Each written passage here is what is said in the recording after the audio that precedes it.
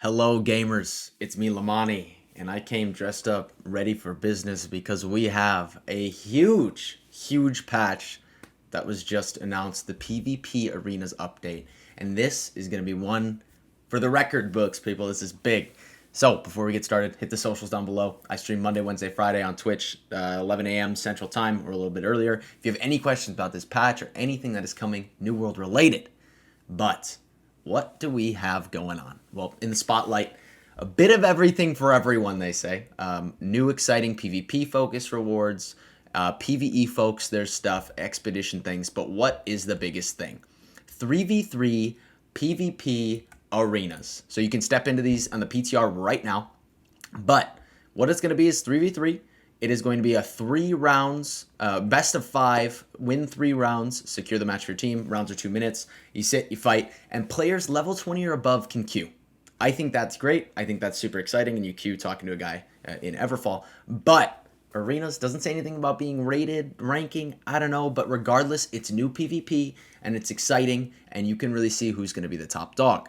So, big thing coming, and surely the rated system will be in the future. But they've also added in the player versus player reward track. So there's Azoth, Salt, and PvP XP. So you're going to get these new currencies and doing anything PvP related, such as OPR, War. I think that's really solid. 3v3 arenas, missions, all that stuff. Whenever you're flagged for PvP, you're going to have a reward track. And at these notches, I'm assuming it's going to be something kind of similar when they say 3 notches to our proficiency caches right now. And then you get rewards from a drawn pool. That's about it. And whenever you hit a notch, you get a little bit of a level up. You get some rewards. Not sure what these rewards are going to be yet, but in the future, at least we have something that's really going to reward you for continuously queuing for OPR over and over and over and over again, other than your ego. So that's exciting. Combat tuning. Here is what I'm really excited for. We're updating equipment load bonuses to bring heavy armor healers in line with other builds, adding a small delay to stamina regen, and making some changes on movement and firing, all kinds of stuff here. But first, expedition mutators. They're adding in 3 new mutators: Overgrown, which is nature damage, barbaric, physical damage, and a berserk. And then Fiendish, which is going to be some kind of cursey blood offering stuff. So for you PvE people doing some mutators, there's that. Varangian Knight stuff, combat, and AI. All right, a lot of changes coming in here. So 1, focus attribute at 300, they finally listened. The bonus no longer grants mana regen. Instead, you get 8 mana per second for the duration of the effect. So I will not be chugging 800 mana potions a day, hopefully, and maybe just 400. We're going to have diminishing returns on stuns and roots, reducing duration per application from 20% to 50% per application, with a max reduction from 80% to 100%. Perfect. This is what we've been asking for in the current stun and CC meta. Super exciting. It doesn't really apply to slows or anything. That's fine, but stuns and roots are the biggest thing. I'm hoping this also applies to knockdowns that aren't necessarily a stun. Like if I'm constantly getting, or staggers. That's my one concern there. Reduce the physical armor increase from 200 con 20% to 10%.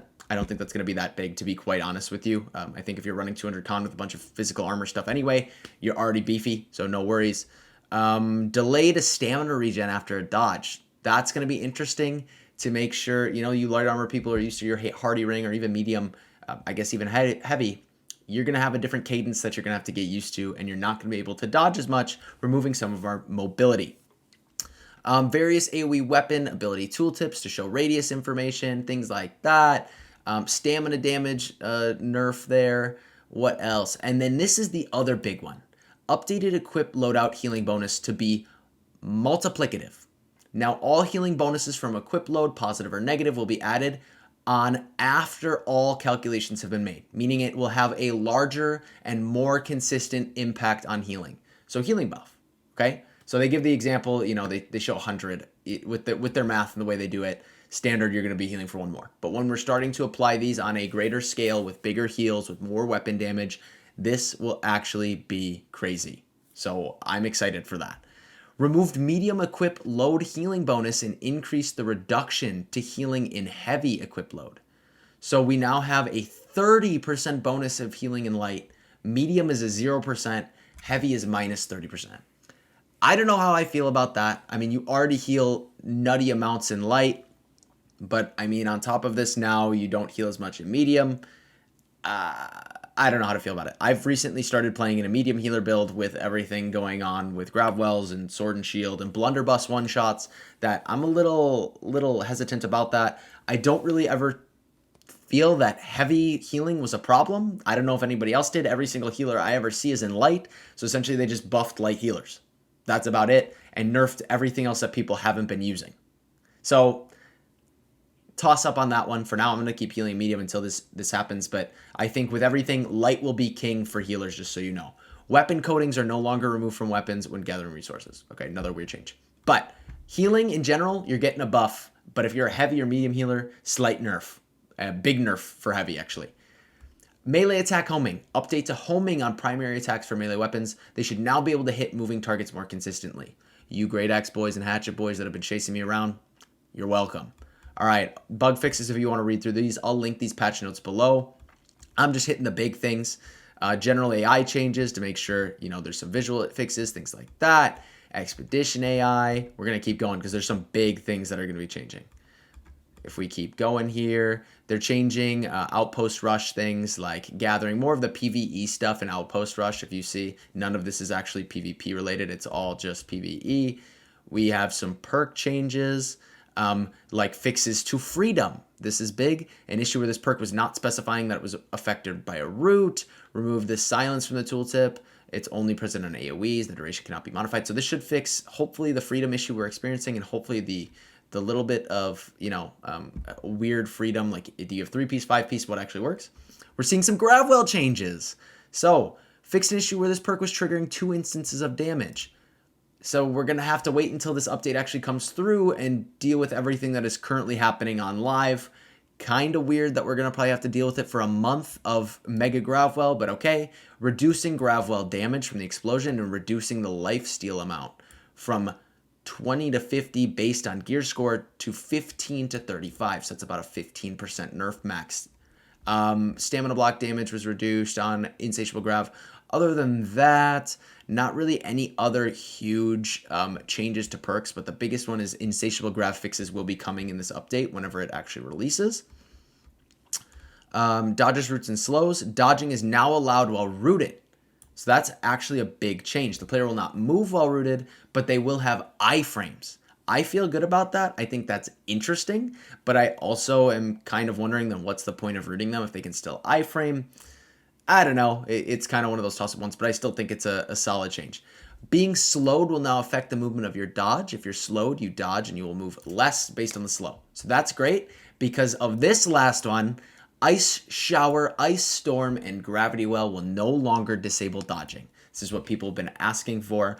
I don't know if we necessarily need it on Gravwell, but the biggest one out of these 3 is the Ice Shower change. So in this patch, we're already seeing Ice Shower and Gravwell changes, and I'm excited. I think a lot of you are too. As far as Blunderbuss goes, they are, looks like just some general fixes to some of the visual things. Nothing too crazy, but the big one I want to focus on is bow. So they reduced the recovery on basic attacks, fixed ability cancels on basic attacks.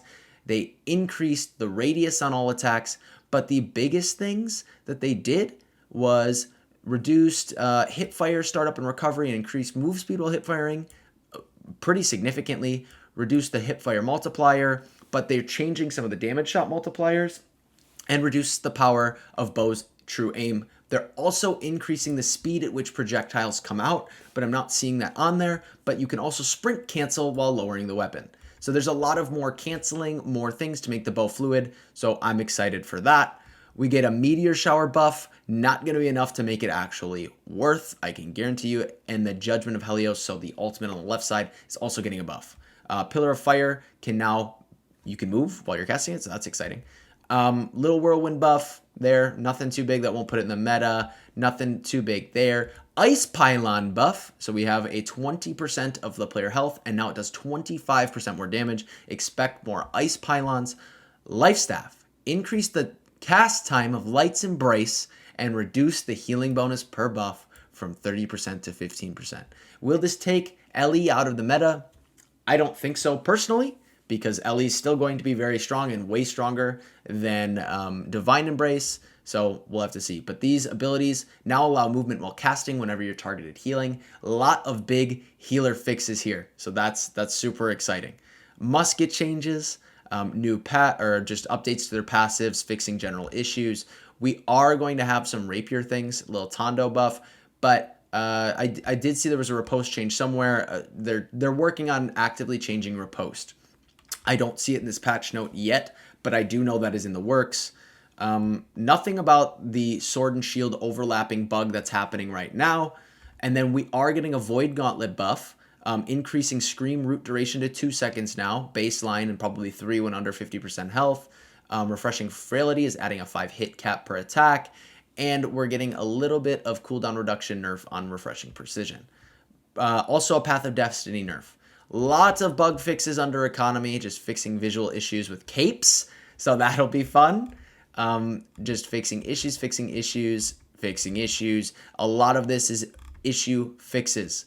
We have some quality of life things like adding the mutator difficulty to the HUD, showing faction mission resets, disabling opening reward containers if your inventory is full, changing blunderbuss damage to reflect per pellet, and it will now show base damage so you don't see like 800 little damage things. Just general little quality of life things that you'll start to see, some audio fixes. But biggest things, let me just sum it up for you at the end of this because I know I've been talking a little bit long, so I wanted to give you a full patch note review. 1, arenas. 2, reward track. 3, combat tuning. What are we seeing from combat tuning? Gravwell changes, Ice Shower changes, Ice Storm changes, Life Staff healing buff, button LE nerf. Those are the biggest things I've pulled out of this. There are also some spear changes that I did not mention as far as deadly consistency and also increasing the hit shape sizes for basic attacks of everything and increasing the homing on coup de grace. So there's going to be a lot more spear, I think, coming in, and it's going to be easier to hit those attacks. But other than that, that's everything you should be expecting from the Arena patch. Get excited, people. Let me know if you need anything. Hit the socials, and I hope to see you on Twitch. Peace.